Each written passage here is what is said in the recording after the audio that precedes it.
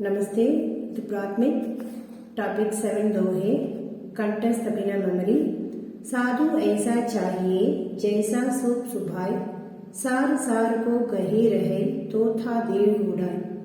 சாதுவானவர் எப்படி இருக்க வேண்டும் அப்படின்னா, நல்லவற்றை தனக்குள்ள வைத்துக்கொண்டு தேவையில்லாததை புறம் தள்ளிவிட வேண்டும். எப்படின்னா, ஒரு முறம் தனக்கு தேவையான அல்லது நல்ல பொருட்களை தனக்குள்ள வச்சுக்கிட்டு தேவையில்லாததை வெளியில தள்ளிடுது இல்லையா, அந்த மாதிரி ஒரு சாது இருக்கணும் அப்படின்னு சொல்றாங்க.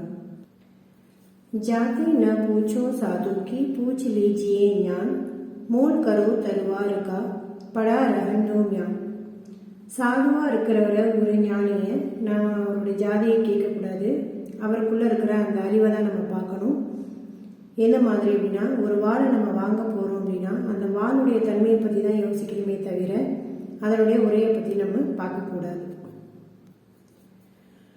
तरुवर फल नहीं खाते हैं, सरवर पियम ही न पान, कही रहीन पर काज हित, संपत्ति संचिहीन सुजान.